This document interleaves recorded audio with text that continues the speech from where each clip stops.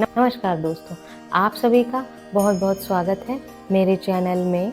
And तक जुड़े रहिएगा मेरे चैनल के साथ, सब कुछ क्लियर करूंगी आज।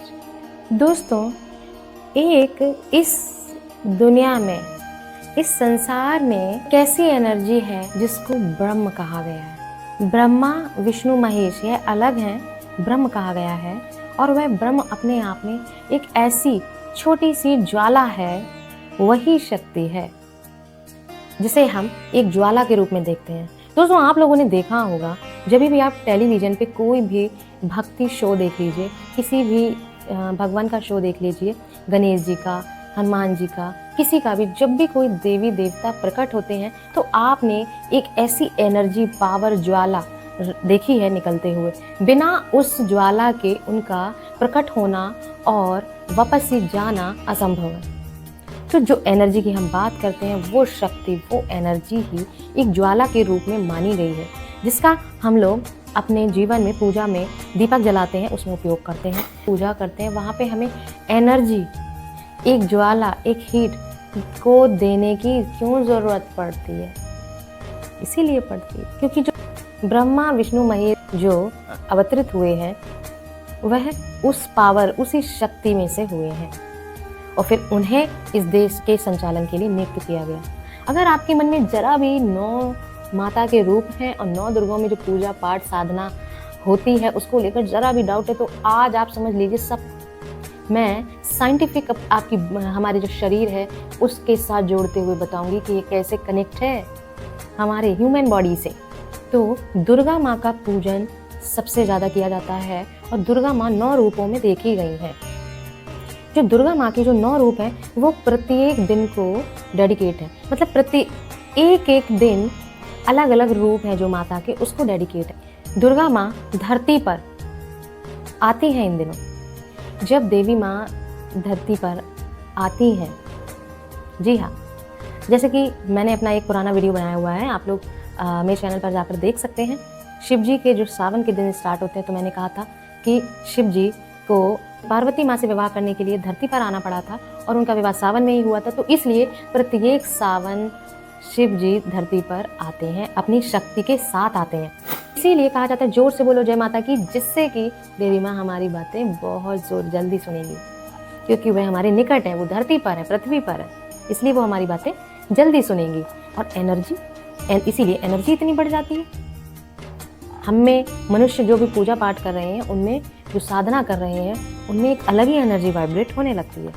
और उनमें ही क्या, प्रत्येक घर में इन दिनों पूजा होती है, साधना होती है, देवी माँ को माना जाता है, माँ को आवाहन किया जाता है, उनको बुलाया जाता है, तो वो धरती पर ही हैं, बहुत जल्दी सुनेंगे आपकी मनोकामना। साधना का मतलब होता है इन दिनों में दोस्तों, जो लोग व्रत करते हैं, फास्ट रखते हैं, वो लोग अपने जो अंदर के जो विकार होते हैं उनको बाहर निकाल कर अपने आप को साधने का प्रयास करते हैं। जब भी वह दुर्गा माँ की साधना करते हैं तो वह पूरी तरीके से अपने आप को साधने का प्रयास करते हैं, अपने घर की एनर्जी को, अपनी बॉडी की एनर्जी को, अपने आप को साधने का प्रयास करते हैं।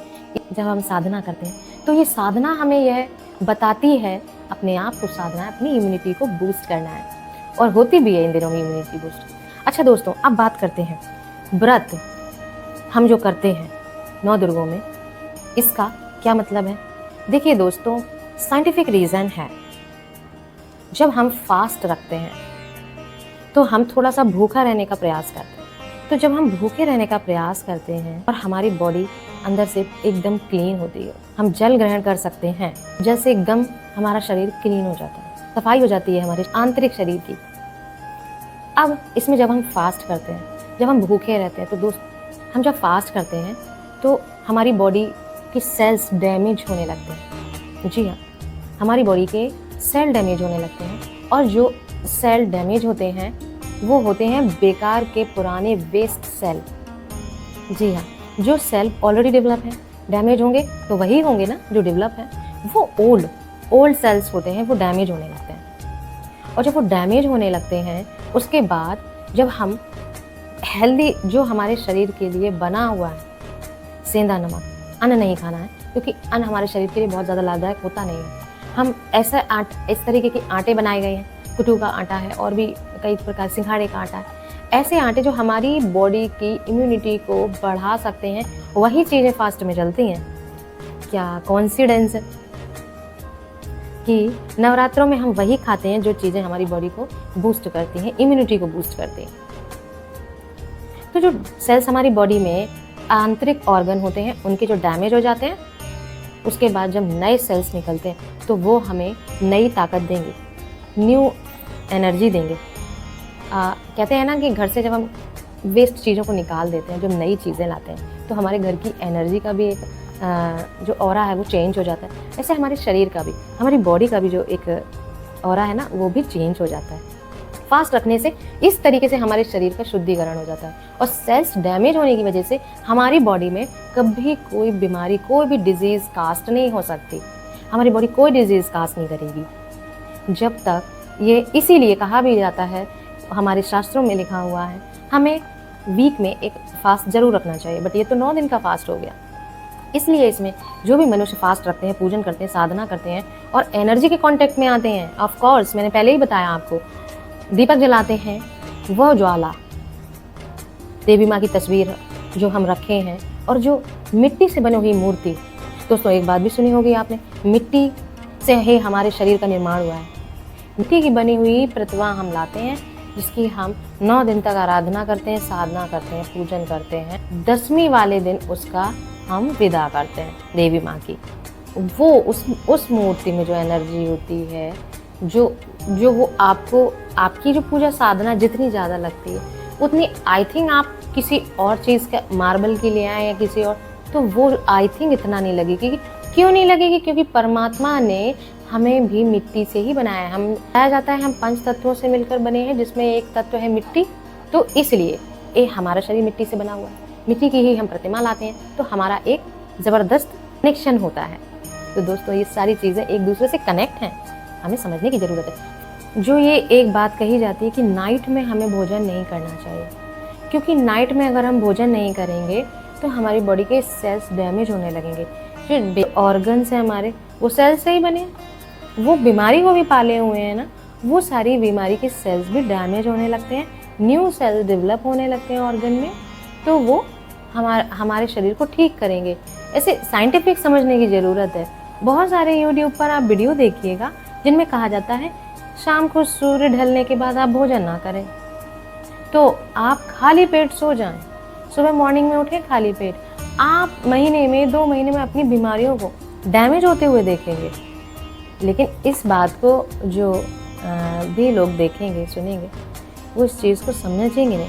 इसलिए साइंटिफिक समझाना ज़रूरी हो जाता है कि जब हम खाली पेट सो जाते हैं, फास्ट रखते हैं, भूखे ही रहते हैं, तो हमारी बॉडी के सेल्स डैमेज होते हैं, बेकार के सेल्स डैमेज होते हैं। तो दोस्तों ये है फास्ट रखने का रीज़न।